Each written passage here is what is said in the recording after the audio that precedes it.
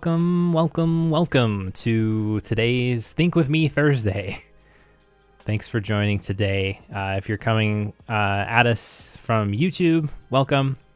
If you're on Twitter or LinkedIn, thanks for joining there too. I don't believe I can get much for chat from LinkedIn or Twitter, so if you want to pop on over to our YouTube channel, if you want to add anything, it's youtube.com/effective remote work. But today, I've got some fun stuff in store today. I've been thinking a lot about a few different things. First off, I want to, as we get going here, talk about this idea of work-life balance, and actually really the idea that work-life balance is largely a myth. And then I want to spend a little bit of time talking about boundaries with work, especially in regards to remote work. There's an excellent article from the Wall Street Journal I recently read about that. Another article talking about workers care more about flexible hours than remote work, which I think is really interesting and highlights some fun stuff about the workplace these days. And then if we got a little time at the end of it, we're going to chat about holistic productivity and kind of exploring some of those ideas. Actually, what I want to do primarily with that is spend a little time just noting down some of the big picture ideas that I've had in mind around this concept of holistic productivity. And so trying to dive into that a little bit, because I think when you can see the big picture of life, and this ties into the conversation about work-life balance today too, when you can see the big picture of life, then there's a lot of things that can come from that are really positive. But a lot of times in productivity, we've been trained to see the ground level first and worry about all the little details and then build into the big picture. So I think there's some definite benefit coming at it from the opposite perspective. If you're just joining us right now, be sure to let us know in the chat. Let me know in the chat where you're coming in from, what you're working on today, what you're thinking about. Any questions too in the chat would be great. I'll try to answer them as I'm able to on the stream here today. But we'll get going in just a couple of minutes. I'm really grateful that the weather's finally warming up where I'm at. I probably said that last week too. But it's true. I am very grateful for it. It's been a long, cold winter where I live. And so having some above freezing temperatures is going to be very, very nice for the next few weeks. I'm also getting an opportunity to travel for my day job in a few weeks as well too. So that'll be an interesting experience at this part of the pandemic that we're in, trying to figure out all of that, because I haven't traveled anywhere for probably 2 years now, probably more than that, because prior to that, my wife and I had a little one, so that's a big change. But again, we'll just get started in a couple of minutes in the chat. If you are just joining, be sure to let us know where you're coming from, and glad to get the conversation started today here in just about a minute.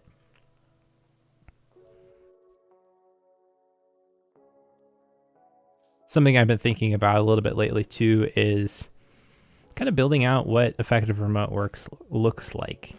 Kind of just been a hobby project for, it's been about 4 years now. And I'm interested in growing it a little bit more and seeing where things can take, or it can go from where it is now. I think that'll be kind of fun to do. I'm exploring different options of what that might look like for offers that we have, things that we can do to benefit you. So if there's anything that you're interested in learning about, let me know. I would love to hear from you, because my aim is to build resources that help people like you out with questions that you have about remote work and productivity and the like.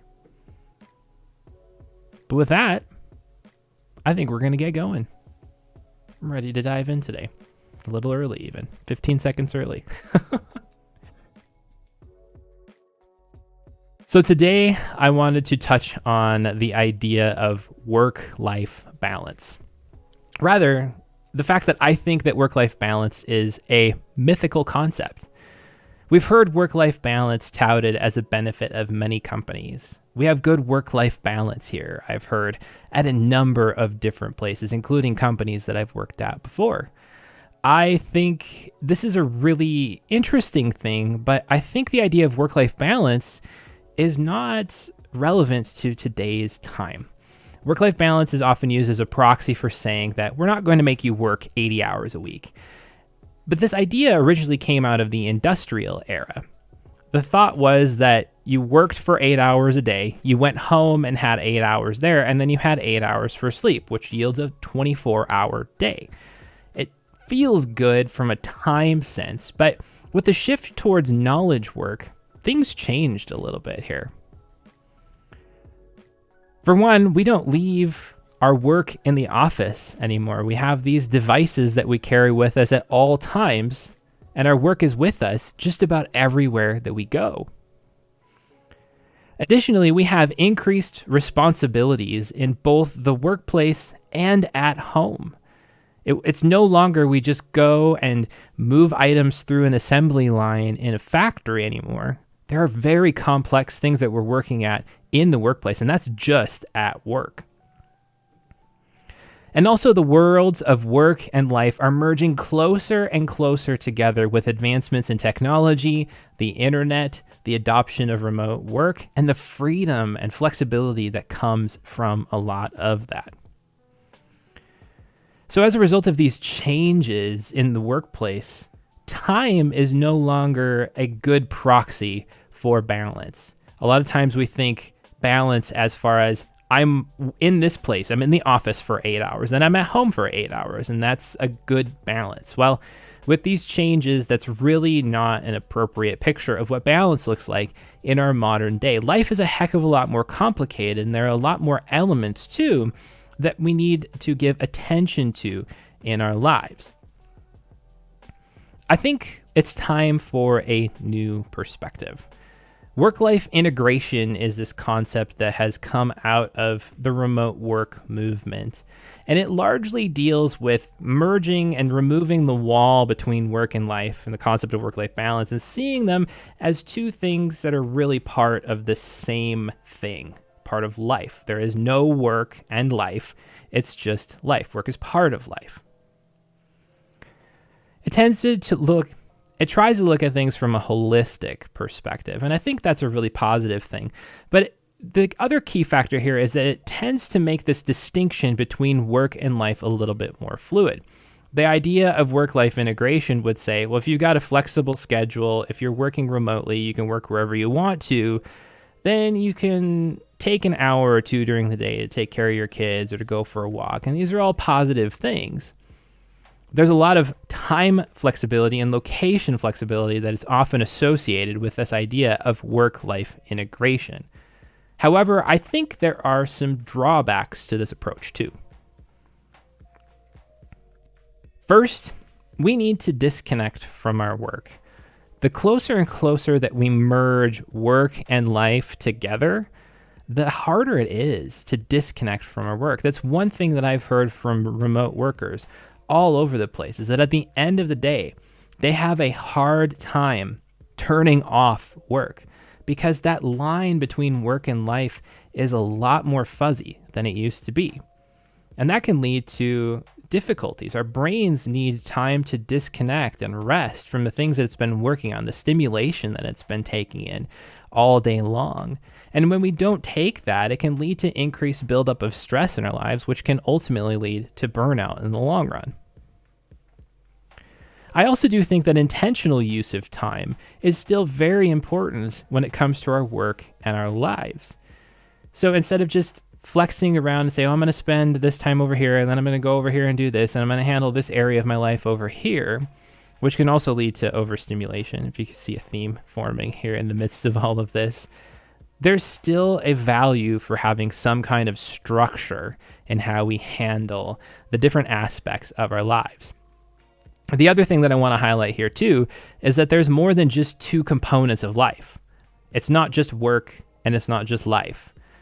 There are many components to this, and it's much more nuanced than this duality that we've created. If you think of something like Zig Ziglar's Wheel of Life, there are 7 or 8 different areas of life that need our attention at any one given time. And if any one of those areas is flat, then our whole life is flat. Everything banks upon a holistic picture of our lives being healthy. So what is the answer if work-life integration doesn't provide us some sense of it? Well, I think work-life integration contains part of the picture. A lot of the benefits that are offered in work-life integration, including the flexible schedules and things of that sort, are really benefiting people's lives. Allowing people flexibility to go pick up their kids in the middle of the afternoon or to be at home for part of the day or whatever they need to do often reduces stress. It's just that when we put decision making on people for so many more things, that can increase stress over the long term. So I think that there's a mix of this work-life integration idea and even like Cal Newport's emphasis on deep work and time blocking and focusing on the essentials, but doing it deeply without distraction. And then also taking a big picture perspective and seeing life as multiple areas that need our attention. And combining all of this together, I think, gives us a more holistic picture of what work and all the aspects of life can look like. And then when we apply productivity thoughts and when we apply personal knowledge management to it, when we apply decision-making principles, when we apply emotional health tools and leadership tools, then we start to get a better picture of what it looks like to live in really what I call this third wave of productivity, this third wave of working. But there are some challenges with this too that I know that we need to sort out. We're gaining more and more freedom as workers. But when it comes down to it, that freedom is often scary. When you're given complete control over your life, complete control over your workday, there are now that many more decisions that you need to make in the day, and that rests upon you. Am I making the right decisions? Am I investing in the right things? This freedom often reveals where we're weakest. And that's where I also think, too, there's an element of community that happens or that needs to take place for productivity and for work and life to be more balanced, to find this place of holistic productivity. It's not just, it's all on me, the individual, but it's we together as well have come together and decided that this is the way that we want to work together, or this is the way that we want to do things. And we're going to empower each other to do the things that we need to do well too. I'm not sure what you think about this, but it's been something that's been on my mind a lot lately, and I would love to hear from you further if you are stewing on something similar like this, because I think there's a lot of promise to be had going forward with the world of work. Let me know what you think. Welcome, Michael, from Kansas City. You were in New York City at the start of the pandemic, moved to help family, and your job is still in New York City. Well, welcome today. That's a big move to make halfway across the country, but it's cool that you were still able to keep your job. That's the absolute beauty of remote work. I'm a really big fan of that. A lot of people move, and I can imagine it was a little bit insane in New York too at the beginning of the pandemic, from the stories that I've heard. My wife's an RN, and so we live in a pretty rural area. It hasn't been crazy bad like it's been in other places.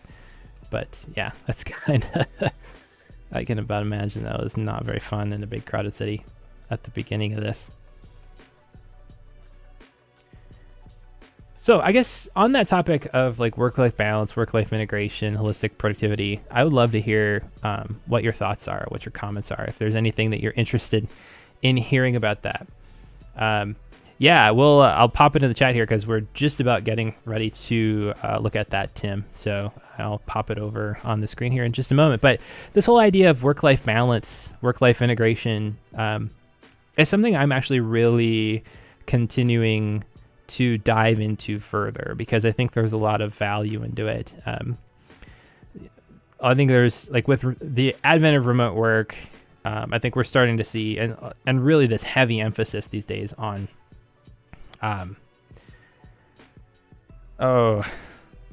knowledge work and a lot of the creative problems that we need to solve and digital collaboration that's happening. I think some of our existing tooling and existing processes that we've learned, traditional productivity practices, have not necessarily been meeting the needs for people, myself included in that. So it's largely something that I'm looking to as of need. So we're going to dive into the article for today. Feel free to pop any questions you have in the chat or any comments that you want to share too. This is an article from Rachel Feinzig. Probably mispronounced that name. I almost feel like I need to stop trying to pronounce names on the live streams because I always feel bad about not knowing how to pronounce things. But it's called "You Can Redraw Work Boundaries This Year and Make Them Stick." I'm going to pop over to my screen. So this isn't the exact article here, but these are the highlights that I have from it. And I'm just going to spend a little time talking through it, and kind of hitting some of the ideas here. So it says here, our boundaries have been scrambled by 2 years of working through a crisis, often from the same place we do everything else. Managers know we're home. Employees want to prove themselves in a world without FaceTime. There's a new unspoken contract between bosses and workers. You can work where you want, but the flexibility comes at a personal cost. You're always on. That is one of the biggest challenges of remote work. And is where I think having a company that's thought through the culture changes that need to happen is the future of making remote work successful for people. Because if you're just always on in Slack, if you're always on meetings 8 hours a day, I mean, that's not sustainable long-term for anybody. Tim's mentioning, find it hard to keep up with all the Slack and Teams messages. It can be pretty overwhelming and distracting. Yeah, it really can be. The corporate job that I worked at before, where I work now, which is a fully remote asynchronous company, we used chat software, and I was on meetings probably 6 hours a day. I was answering chat questions. I was taking phone calls all of the time. I mean, it was really fast paced. It was not the best. It was not the best environment to be in from a stress management perspective. The good thing is, though, is that there wasn't this expectation that I had to answer emails at 11 o'clock at night when my boss decided to send one to me. But it's really challenging to keep up on it because everybody wants your attention, and everybody wants your attention for these little nuggets of things. You know, they're not thoughtfully crafting this longer thought process. Instead, they want a quick message back and forth with you to try to sort something out. There's value in doing that, definitely. But when it becomes the holistic work culture, that's a problem. It's a challenge. So I feel for you on that, Tim. I totally empathize with that because I've lived that before, and it is really hard. I really think the main way people and companies navigate through that is to find ways that are slower, calmer, to communicate with each other. A lot of companies who are doing this successfully, they are relying on long form writing to do this, or asynchronous video messages even, I think, have a place for that, using something like Loom or another one of those short form quick video services. Just being able to do that and let people engage on their own time is really powerful. And that's something that I think is really interesting with remote work right now, is that we've kind of just copy pasted how we do things in the office with how we do things remotely. And people are getting really flustered by that, and they're kind of writing off. In some ways, companies are writing off remote work and saying, that didn't work. But they didn't really try it because they failed to account for the cultural changes that needed to take. Because, I mean, to be honest with you, we were all kind of forced into this anyway. There wasn't really time to think about culture. But some companies executed on this a little bit more successfully than others. Tim's asking, did you miss the face-to-face calls when you went async? Initially, no, not as much. But as time has dragged on, here's something interesting that's happened over the pandemic. Prior to the pandemic, I felt like there was more personal interaction that happened. There was more chatter in the company that I work for. There's more discussion happening, more social things happening. But as the pandemic started, people kind of pulled back from that. And that's kind of continued from my observation.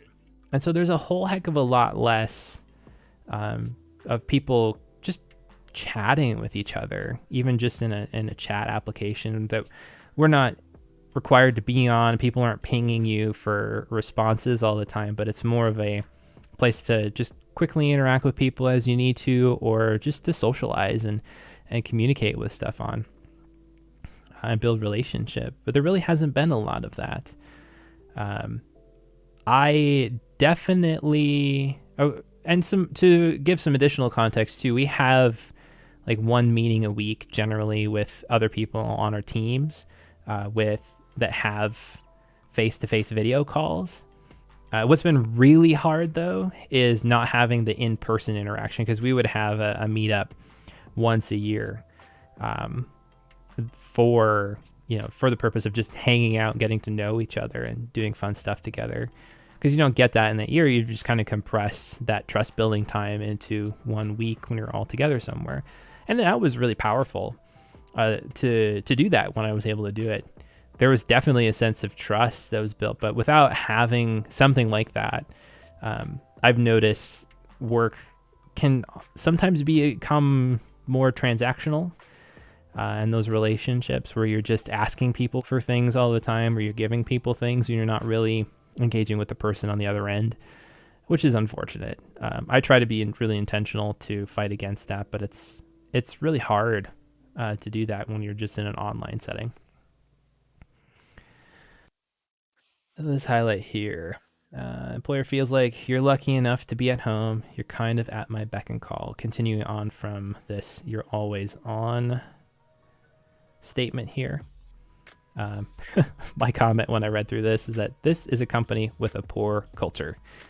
And yeah, if a manager thinks that you're at their beck and call, that is I think that's poor leadership culture, because you're failing to recognize that person has thoughts and feelings and needs, that their existence in life is beyond work.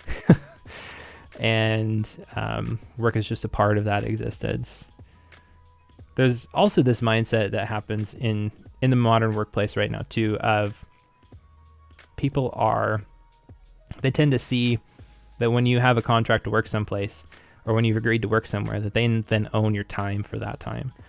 And that's, I don't think, is a very healthy place to be, frankly. I think it's a challenging thing to just say, no, I'm not engaging in that, or it's a challenging thing to say. To stand against that culture, I guess. I'm getting lost in my head. Sorry about that. A few years ago, Christina Heath, single parent, left Florida, started feeling burnt out. Her work as a project manager felt like it was taking over her life. Oddly robotic and drained of humanity. She started speaking up.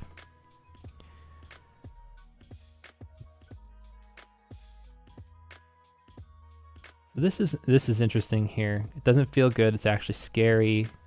She says of setting boundaries, but eventually becomes liberating after about 6 months. Her colleagues stopped sending the late emails. Okay, so there's this idea that when you're a leader, what you do has extra weight. And so if you send an email at 11 o'clock at night because you were booked from 8 a.m. in the morning to 5 p.m. at night with meetings, and you go home, you take care of your kids, you take care of your family, you sit down, and then you actually get to do your real work in the evening, which is a reality for a lot of people who work in corporate culture. If you're sending it at 11 o'clock at night, you might not think that that's not a big deal. You might think that's not a big deal. But in reality, the people who you're leading that are getting that email see it as a big deal. You may not think that you're saying you need a response right now, but if you're sending an email at 11 o'clock at night, you're communicating to your direct reports that it's time to do work, whether they realize that or not. And this is depending upon, cultures are really weird when it comes to this. It's the same idea that if a leader asks you a question, it's automatically going to put in that direct report's mind, oh, this is important. I better prioritize this. If someone's asking about something, if a leader is asking about something, it must be really important. Even if you're just wondering about it because you hadn't heard on it in a while and it's not really that high of a priority. But there's a lot of actions that happen, things that we do as leaders or things that leaders do that have a direct impact on the behavior and the culture of those underneath of you. So it's really interesting to think through that. But this is where setting boundaries comes in, because sometimes, I mean, if you're a direct report, people don't necessarily know, your boss might not necessarily know or realize the stress that they're causing you. Now, sometimes they do, and they're intentionally making that choice, and that's the culture that they've chosen to create in their team or their company, and that's unfortunate. But other times, they're just trying to do the best that they can, and as a result, they're making a company culture that's not the most effective or healthy for people. And so setting boundaries is really just one way of communicating what you need, and just saying, okay, this is not sustainable, this is not tenable for me to reply to emails at 11 or 12 o'clock at night. And for most people, that's probably true.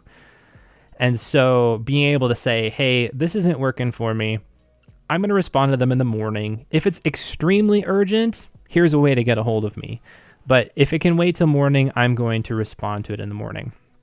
The other thing to remember with things like emails in this specific case is that something truly important is never going to come through in an email.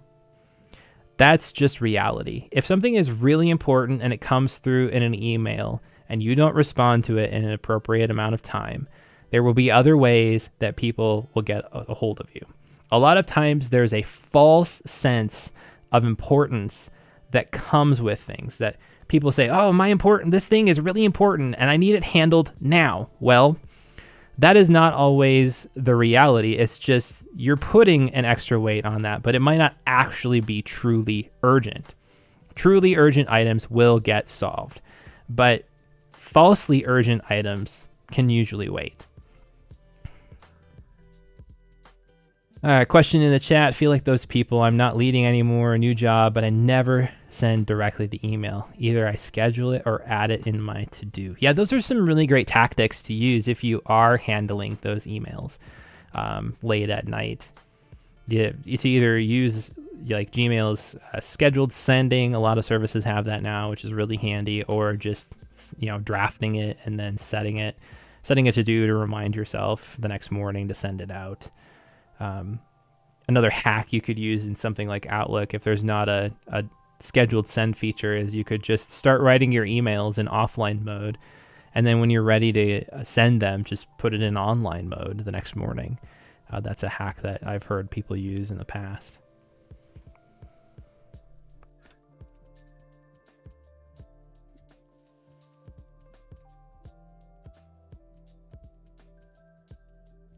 This is a very important point here. No one will believe your boundaries if you don't seem confident in them yourself, she says. Very important. How to figure out where the line should be. This guy sorts everything from business lunches to time with his daughter into 5 categories. The buckets range from I'm committed to I'm trying to I don't care. It's a way for me to take 2 competing things and saying, which one do I care about more, he says. Recently passed on a trip to San Diego for a company board meeting, zooming in instead so he could spend time with his parents and friends visiting from out of town. Before the pandemic, he was more likely to give priority to work over life.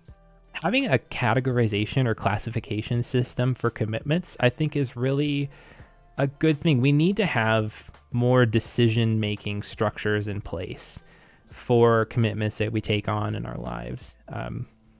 This kind of comes back to that idea of big picture or holistic productivity I was talking about earlier in the stream. You have to be able to say, wait, I've got too much stuff going on in this place. I've got too much pressure on my time, too much stress on my emotions or on my mental health right now. And you've got to be able to classify your commitments or the opportunities on your plate in order to be able to assess them and remove the ones that are not critical.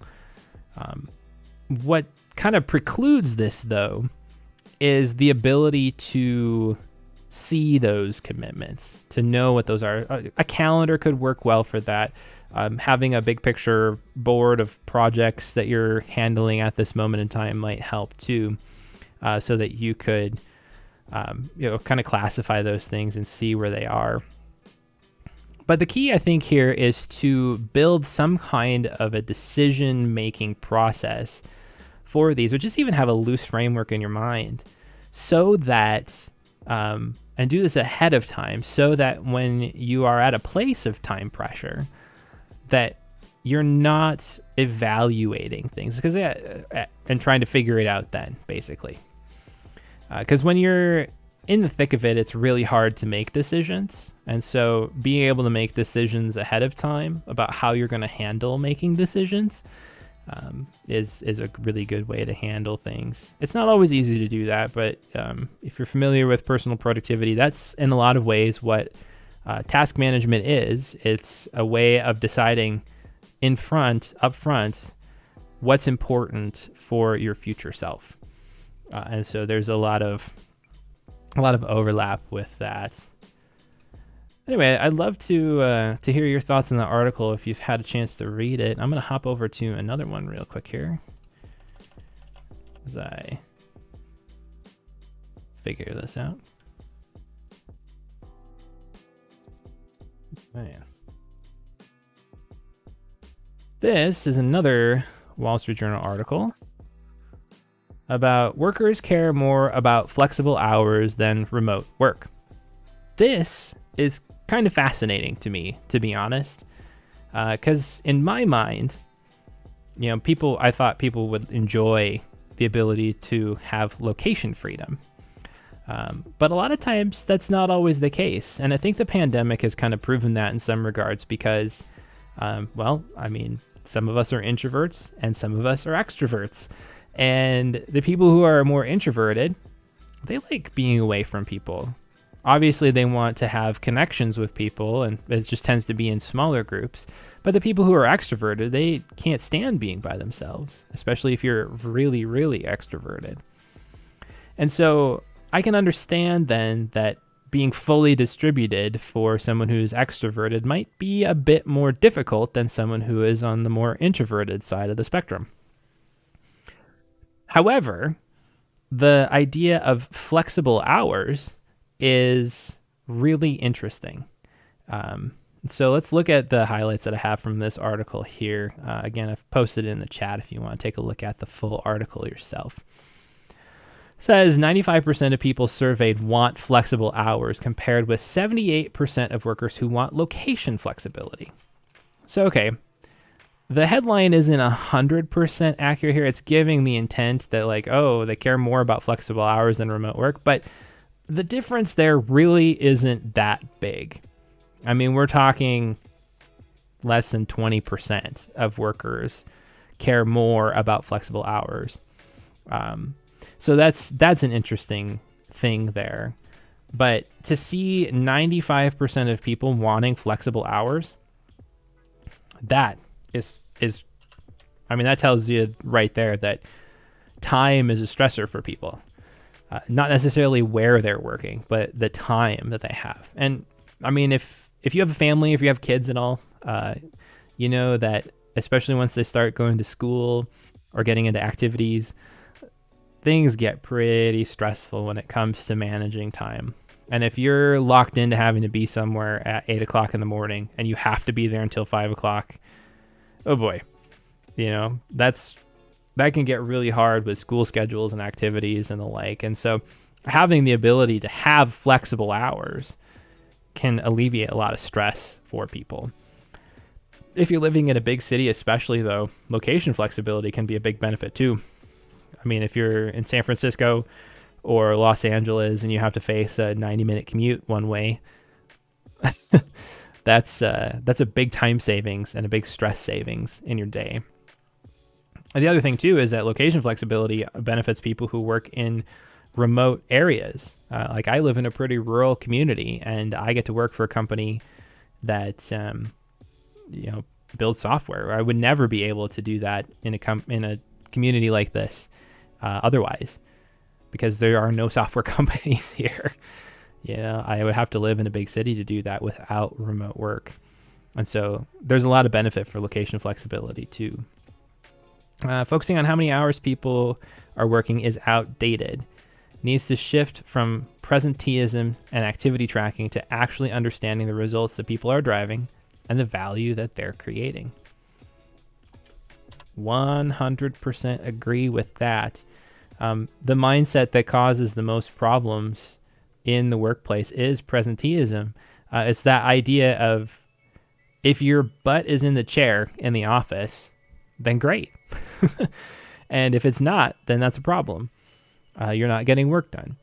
But with today's modern workforce and today's work that we're doing, people really only have about 4-ish hours of capacity to do deep, focused, creative work. Beyond that, the law of diminishing returns kicks in. And, there's a lot of coordinating work or administrative work that needs to take place too. But the big picture idea here that I want to hit home at is that if we can focus on people getting valuable work done in the workplace, and then try to minimize the amount of administrative work that they need to do, then that allows people more time flexibility, and it gives them, still allows them to focus on the work that is most valuable.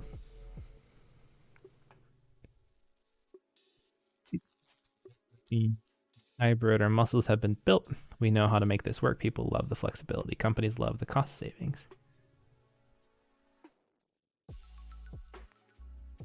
Tim is asking, as a team lead, I think I struggle to know when to stop if I didn't keep to standard work hours. What is valuable in that case? Yeah. Honestly, that's, I think, a struggle a lot of people have, is that when you don't have limits, it kind of bleeds into everything. It's that whole Parkinson's law. Work expands to the time allotted to it. If we don't allot work its time, then we kind of have a problem there, because it tends to expand into other areas or other times in our lives. I'm actually a pretty strong advocate of solid standard work hours as a general rule. My general rule from my schedule, even though I have full flexibility over it, is I'll work from either like 8:30 or 9 o'clock till about 4:30 or 5 o'clock in the evening. That's worked pretty well for me so far. It's been pretty good. There are days where I flex differently from that, and there are days where I flex whole days to other days because I have needs there.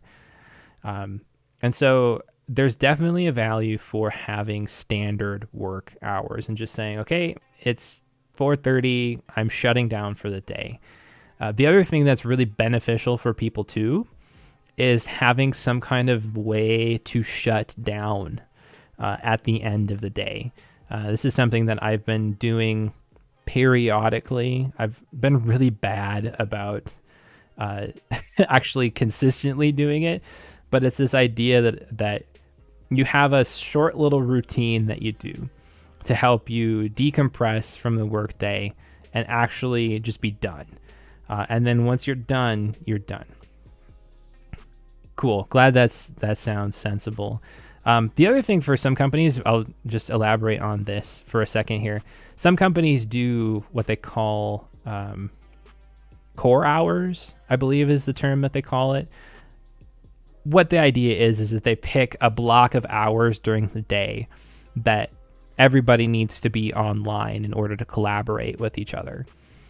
I think Basecamp does this, and there are a few other companies that do that as well. This works well if the majority of your employees are geolocated within a few time zones of each other.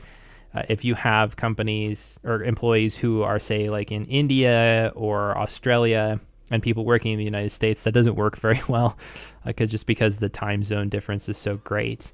You're better working on your hours individually at that point. But if you're all geolocated in similar time zones, having a core hour, say from like 11 a.m. to 2 or 3 p.m. is when we're all going to be on and available for meetings and that sort. If you're still doing meetings, that really helps. So if you have flexibility to be able to implement something like that, that can be a really, really big time saver too, and frustration saver for people as well. Because if you do need to schedule meetings, it can be difficult in a remote work environment to do that without something like that. Among executives surveyed, 71% said they work in the office at least 3 days a week. 63% of non-executives say they go in as often. Sharper divide between their preferences. Executives working remotely are far more likely than non-executives to say they want to work at least 3 days a week in the office, at 75% versus 37% of employees. Yeah, Michael, I don't have much experience with ADHD, but if you haven't checked out Brian Jenks on YouTube here, he's got a little bit more stuff in that realm of things. So I definitely don't. I know, like, I tend to be more neurotypical in a lot of ways than other people, and so I can't speak super well to how that might work for a person in your circumstance and situation. But yeah, you might want to check out some of Brian's resources if you haven't already. I think he might have some stuff on that. And if not, he might be interested in producing something like that too. So that might be something you can check out. So I find this interesting here. Executives working remotely were far more likely than non-executives to say that they want to work at least 3 days a week in the office. There's something that this kind of tells me a few different things. First, executives wanting to work from the office more than non-executives tells me that there is a company culture that values being present over getting work done, or at least having face-to-face meetings. There is value in that because there's a lot of trust building that happens face-to-face that you don't get in an in-office environment. That being said, 37% of employees saying that they want to work at least 3 days a week in the office say that they've got cares other than their workplace that they need to take care of elsewhere.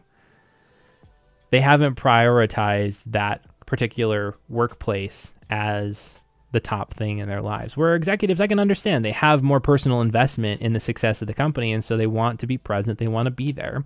Plus, there might be this sentiment too that, well, we've invested in this office space, so I better use it and be an example. What's interesting is I think there's a lot of, well, I think it gets into this here too. Says there's going to be a battle royale over choice versus coordination. And that's where that idea of having core hours comes in to be really helpful, where whether you're in the office or whether you're at home, if you're available in a block of time that everybody's agreed upon, say, yep, we're going to all be available at this time, then you don't have as big of a trouble with choice versus coordination.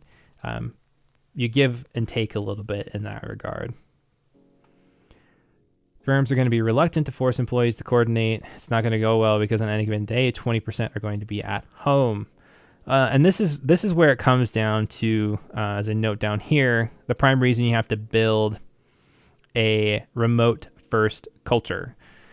Being a remote-first company is all about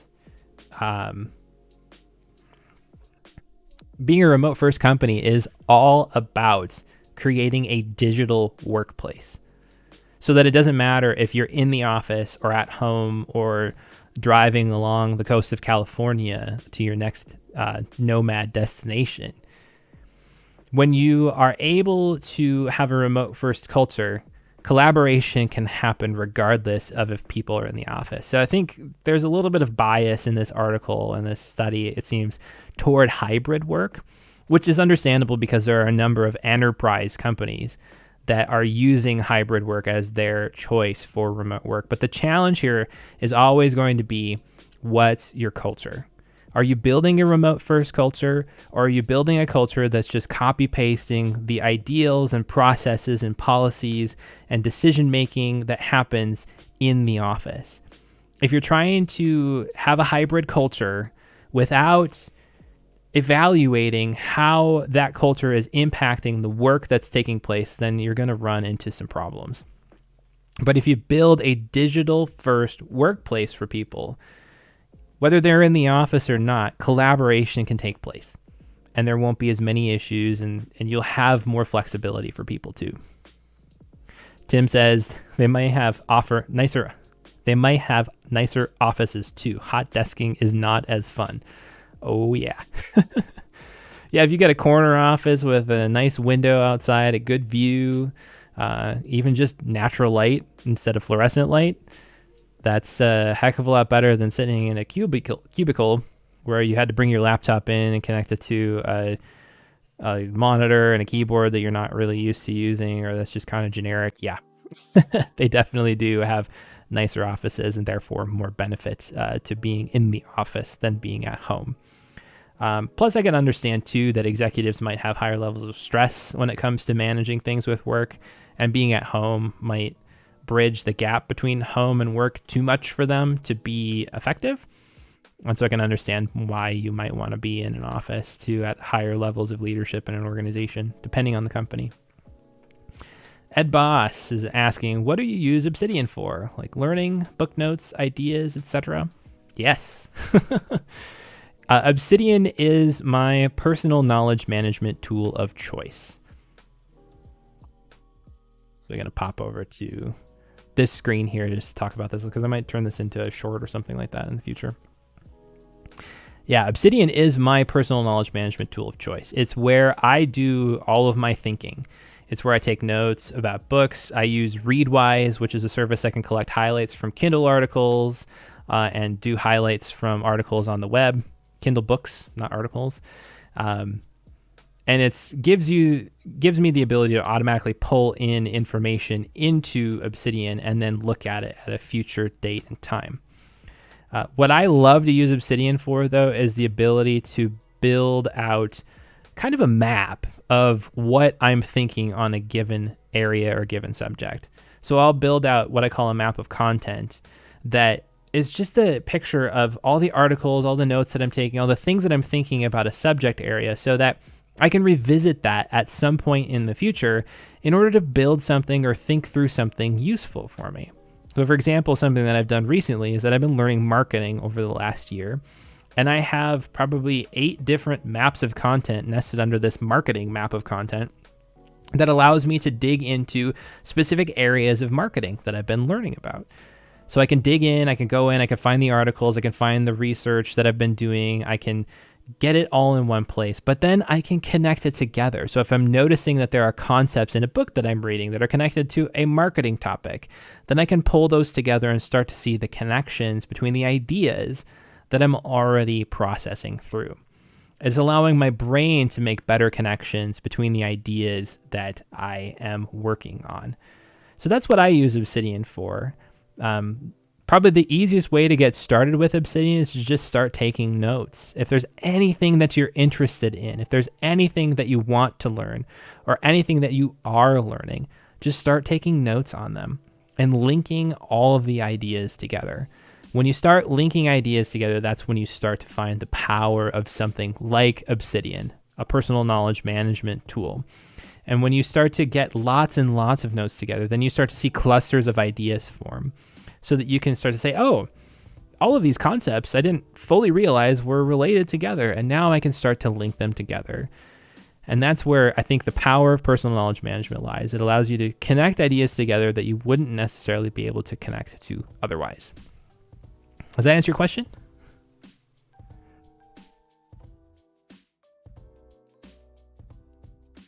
going to wrap up in about 5 or 10 minutes here, but if you have any questions at all about remote work, productivity,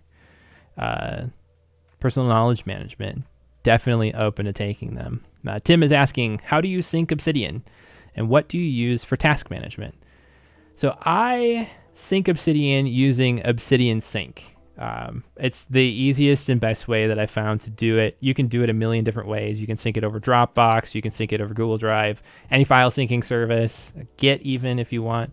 But I like Google or Obsidian Sync just because it's integrated into the app. It's a way that I can support the developers, and it's also a way. It's also encrypted end to end.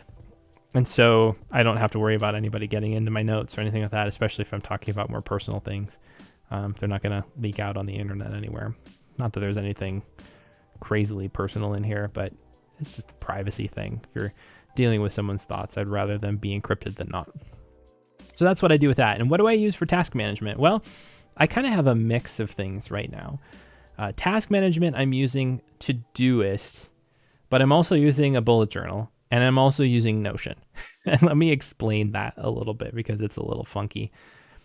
The bullet journal is kind of my day-to-day operating system. It's where I'm noting down all the little tiny to-dos that I have to do, all the little things that I'm managing.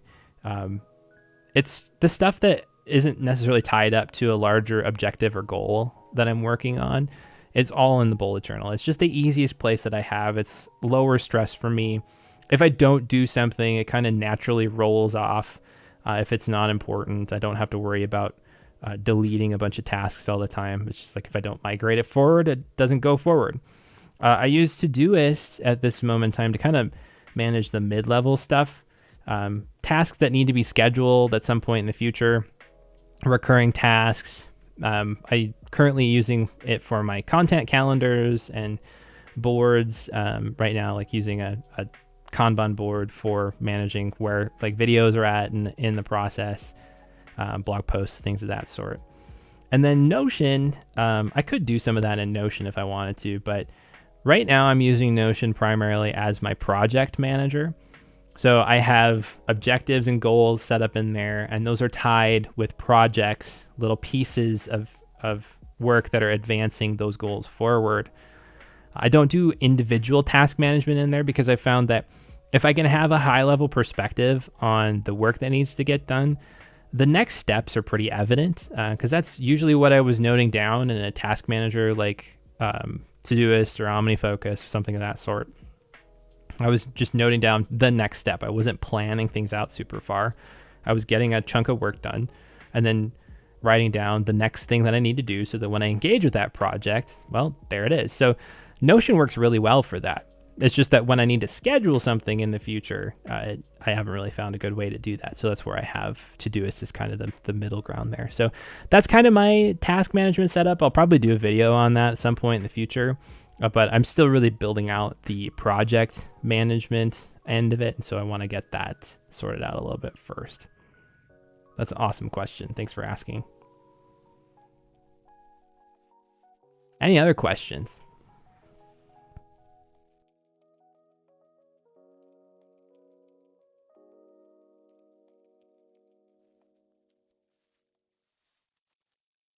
It's been a fun stream to do today. Something that I've been working on. Oh, this was the other thing that I was going to do today is kind of flesh out this holistic productivity map of content. We'll hop back over here. Let's see. I think there's some ideas that I just want to note down, some big picture ones here. How do I do quick capture on a mobile? I just use the Obsidian app actually, and I usually do that into my daily notes for ideas and thoughts. If it's tasks, then I'll just quick capture them right into the Todoist inbox, and I'll process that every couple days or so. Generally, that's not stuff that's super urgent. A lot of what I deal with in a day, I don't put in a task manager because it can be handled somewhere else. Like an email, I try to just, if I touch it, I try to do something with it, or I can use a snooze feature or something like that in Gmail to do that. And then like we use at my work, we use our software, Discourse, to manage all of our projects and things like that. So a lot of the communication and to-dos happen there, but there are some other things that I track outside of there that I need to do so for those purposes, and then use that as kind of the communication platform for it. Tim says, that's cool. I do have that issue of needing to clear up old tasks in Microsoft To Do, so maybe a physical bullet journal is the way to go. I definitely recommend experimenting with it anyway. I don't do anything crazy. I just use the monthly log and the rapid logging. I don't do future logs or anything like that in there. If something I need to keep for the future, I'll put it somewhere else. Whether that's in Notion or in Todoist, I have yet to kind of figure that out. I don't usually have actions that I'm committed to doing that need to take place in the future that far, like multiple months out. But yeah, it's really nice if you can just experiment with it a little bit. There's a lot of stuff that works pretty well in the bullet journal. Recurring tasks and things like that are a pain in the neck. Yeah, there's a lot of tools to try. So many tools to try. But the good thing is that you don't have to. You know, if something's working for you, then great. And if there's a lot of friction with it, try something else. There's a lot of shame in the productivity world right now for app switching and things like that. But if you're genuinely switching for trying to solve a problem, that's a good thing. Didn't find Obsidian as smooth as Drafts for quick capture, but want to use only Obsidian. Yeah, it's definitely not. I mean, Drafts was designed from the ground up years ago for quick capture. If you want to use Drafts, I mean, you can always create that quick add action, which is really nice to have. You can throw it in like a workspace note or a capture note, something of that sort, and then just use a quick action on there. But I used to use Drafts, but since the developers started developing a lot of extra features into it, the app just is super powerful, but it started to feel a little too heady for me to use. It wasn't as simple and straightforward as let's write a note, send it somewhere else. And yeah, so that's kind of unfortunate for that, because that is the best place to capture text on iOS is Drafts. But you know, is what it is. All right, I wanted to write down a couple of these things here.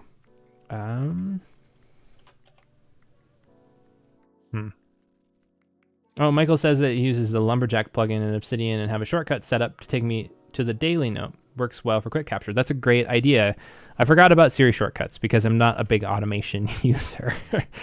I find automations a lot of times they take more time to set up than the time that they save, or a lot of times they take more time to set up and maintain. That's really the problem that I run into with it. I have to do a bunch of troubleshooting with it over the course of time. If it really makes sense to automate something, I will.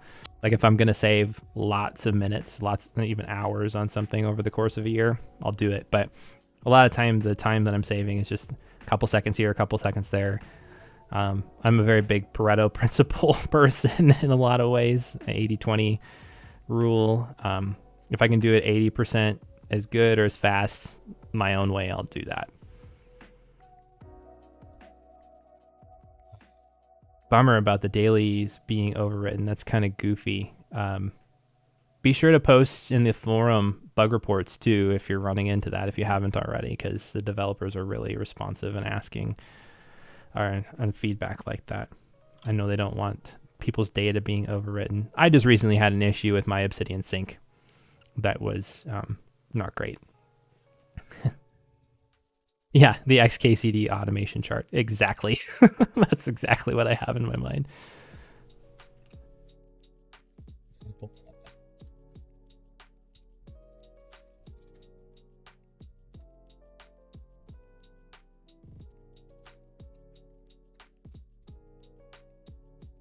Yep.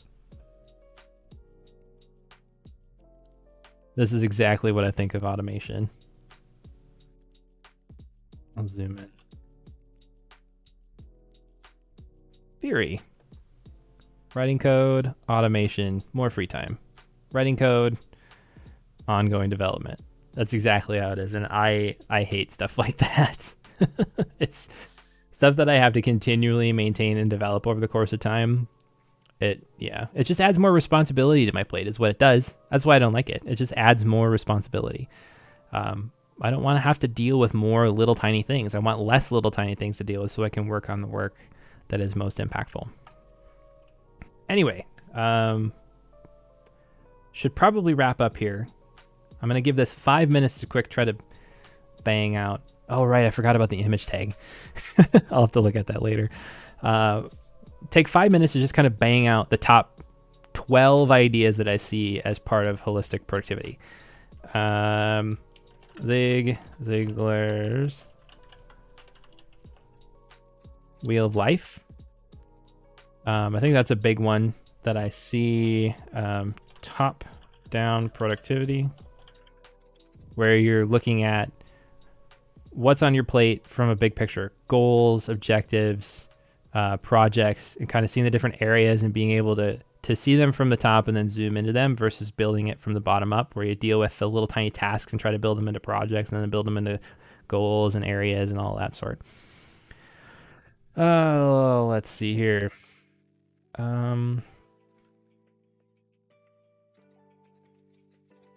It's not exactly what it is, but avoiding burnout is one. Personal knowledge management is another, I think is a big concept. Holistic productivity is just kind of a working word that I'm using for this. It's kind of the idea that I have for productivity 3.0. I wrote an article over on my personal blog kind of talking about what's next for personal productivity. And based upon these couple of developments that I've seen happen in history, I think personal productivity is at an inflection point where we're going to start seeing more changes in it, where it's going to be more personal, less prescriptive, more mindset based, and less process based, so to say. Like essentialism is another topic I think that's key to this.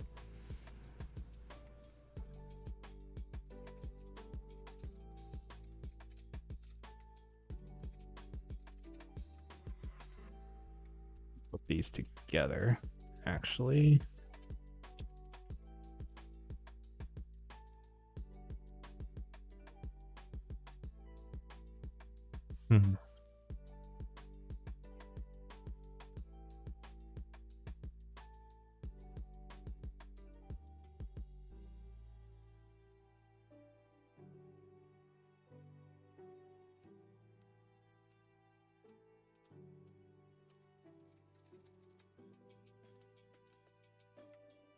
This.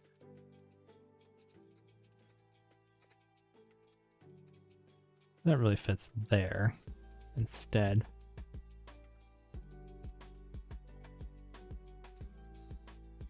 Oh, that's right. Deep work.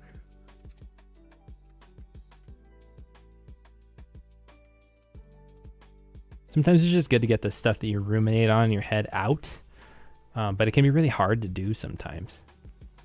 It can be really hard to do.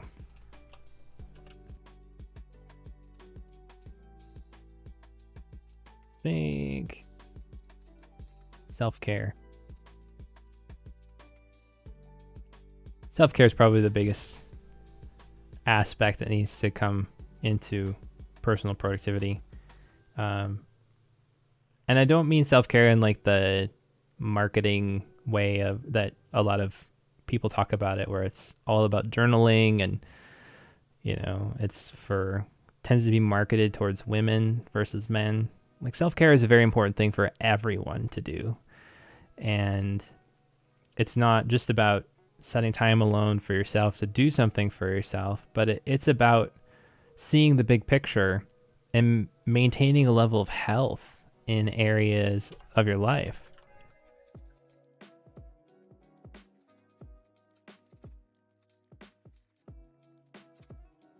I think leisure and rest is also a big one, because you can't be super productive unless you are taking time away from work. In fact, a lot of times the best thinking that we do is when we're doing something else, when we step away. That's why shower thoughts are a thing. People think about things in the shower because they're doing something routine and their brain just has an opportunity to unwind. We need more times like that. And so this is kind of relating to 2 books, Time Off and Hyperfocus. The concept of scatter focus from Chris Bailey's book, Hyperfocus.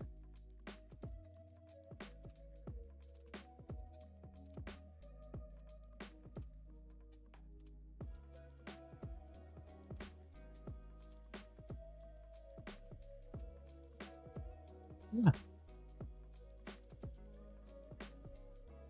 So this, in my mind, these items as a very rough first draft are what would encompass productivity 3.0, or what I would call holistic productivity at this moment in time. You have this top-down productivity approach, incorporating self-care, because burnout is a huge problem amongst knowledge workers. Levels of personal knowledge management, essentialism, focusing on the most essential things. For many, it's the idea of remote work and flexible work and the challenges that we need to navigate with that. It's creating space for deep work, and then also creating space for time off, leisure, and rest so that you can unwind. But I think the defining thing is that work is not the most important thing.